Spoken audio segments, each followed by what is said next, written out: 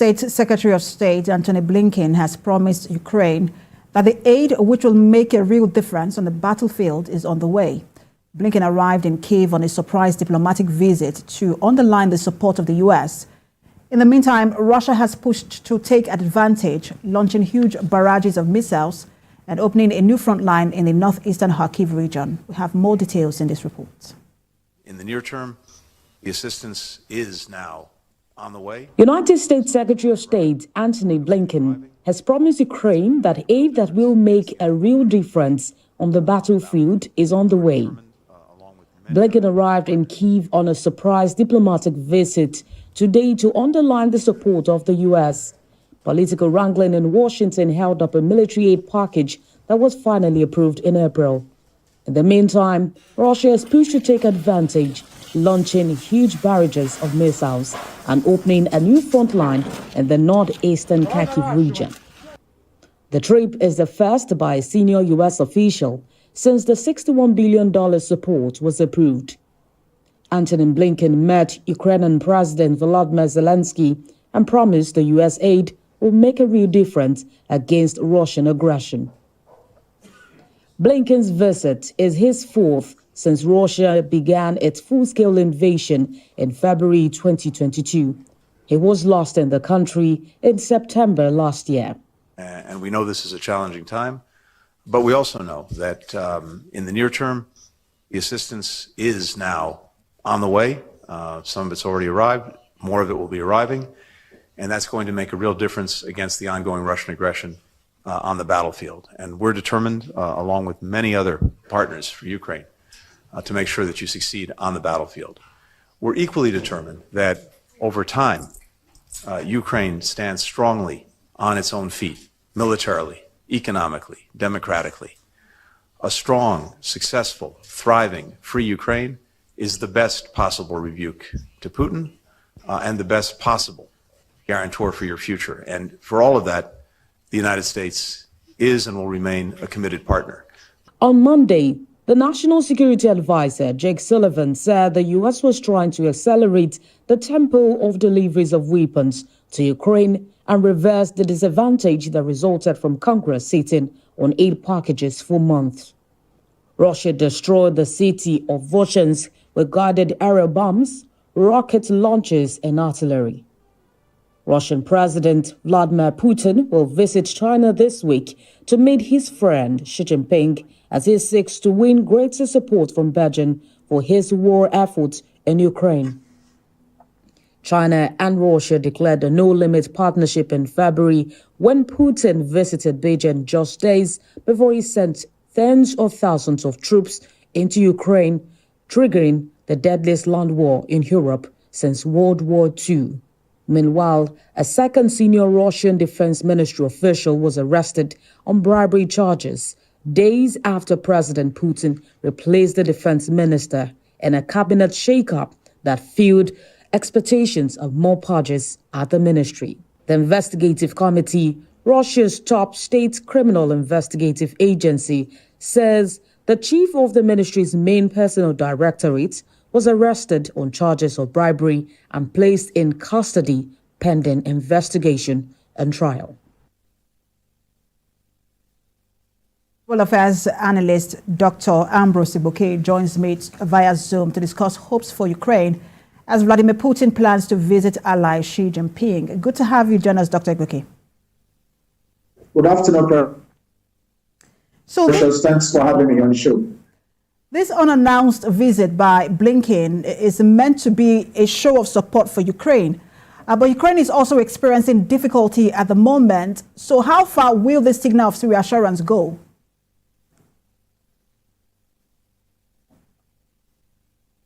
Well, for a long time now, almost for a year, Ukraine has been crying out for the weapons that they needed. Remember that the United States was not able to supply Ukraine the needed weapons because of the wrangling in the Congress. Congress was not able to pass the resolution. Congress was not able to agree.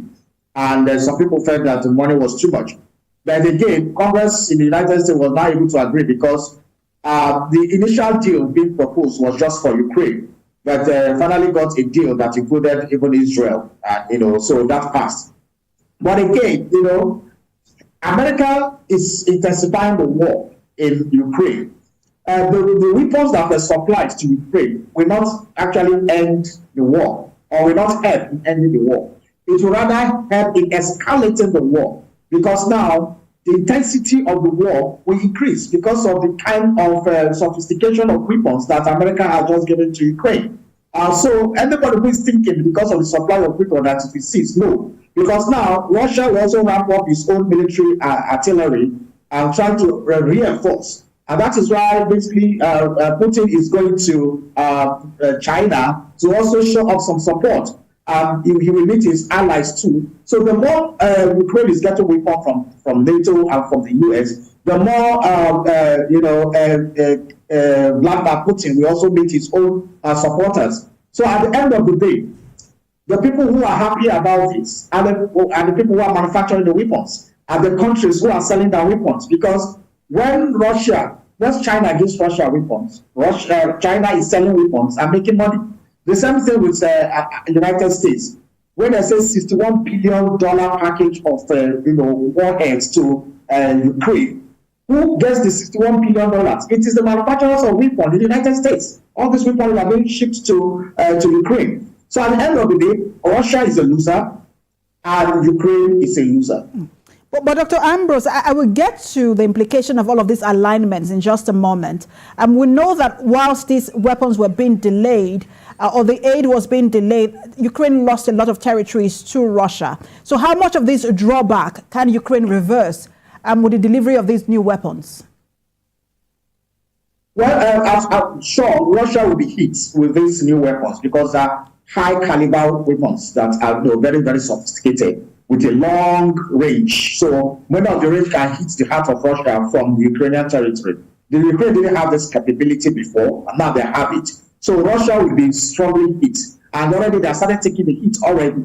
So, and that is why, basically, Russia is trying to see how they can cut down on expenses. They did that cabinet reshuffle, brought a new person to the defense ministry. And this is the bid to try to counter the power and the capability that Ukraine has now. So, sure, it will, but whether Ukraine will be able to get more territories remains to be seen. We are going to sit and watch how the war plays out in the next few weeks. But for now, surely Russia is panicked and they are worried. And yes, the weapons that the Ukraine have now are weapons that even the United States didn't dare give to them 2 years ago. Which means that the intensity of the war and the approach of the war is changing very critically. And we've also seen both countries remove their ministers of defense, and reappoint economists as the new ministers of defense. But let's talk about these alignments. We're already touching on it. Chinese leader Xi Jinping will welcome Russian President Vladimir Putin to China later this week. We also know that EU leaders have also approved a plan that will help see a regular flow of payments, and that's as part of his Ukraine financial assistance plan. But what does this continued alignments mean for how this war progresses? Okay, Precious, immediately after the Second World War, there was this alignment of some nations who called themselves the Western Bloc. And then there was this alignment also of some nations who aligned with USSR, Union of Soviet Socialist Republics. A lot of countries formed the Eastern Bloc. And then the ones that America, France, plus Britain formed the Western Bloc. We also remember that Germany, for example, was divided into two, and one part was communist, called Eastern Germany, and another side was, another one called Western Germany, belonging to the West, until the reunion happened, Berlin Wall fell in 1991. So this is a resurgence of those blocks. Those blocks didn't really go away, even at the disintegration of USSR, which even Ukraine was part of, and some of these countries were part of. The war of attrition still continued, and we had a lot of espionage going on between the two countries, even up till now. So it has not died down. So what we are seeing is a physical manifestation of the Cold War that has been going on between the Eastern Bloc and the Western Bloc. Then, fortunately for the Western Bloc, they have been able to make a lot of progress into what would have considered the territory of the Eastern Bloc for a long time, like Poland, even now in Ukraine, which is at the doorstep of Russia.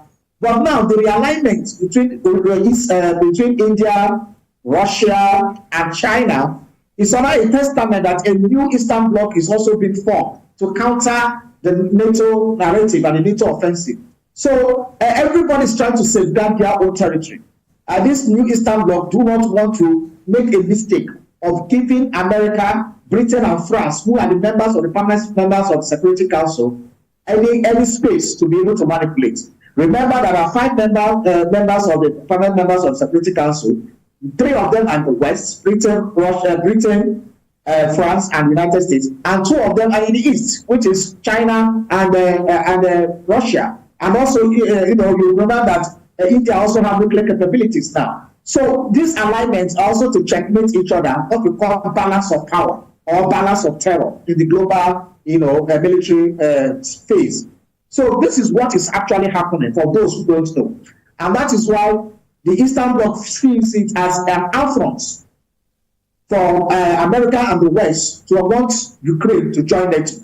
And both sides are not ready to clinch, because for them, for the peace, if America enters Ukraine, they are finished. So we are fighting that are going to happen. And that is the war that is actually going on now. And Ukraine is just a power in the trade game. Well, Turkey also aligned with the West during the war and joined NATO immediately after the war, but it has managed to stay neutral and maintain an independent view. I wish we could talk more on that, but I'm told my time is up. Thank you so much for your time, Global Affairs Analyst, Dr. Ambrose Igboke. Precious. You're watching The What Now? We'll take a break.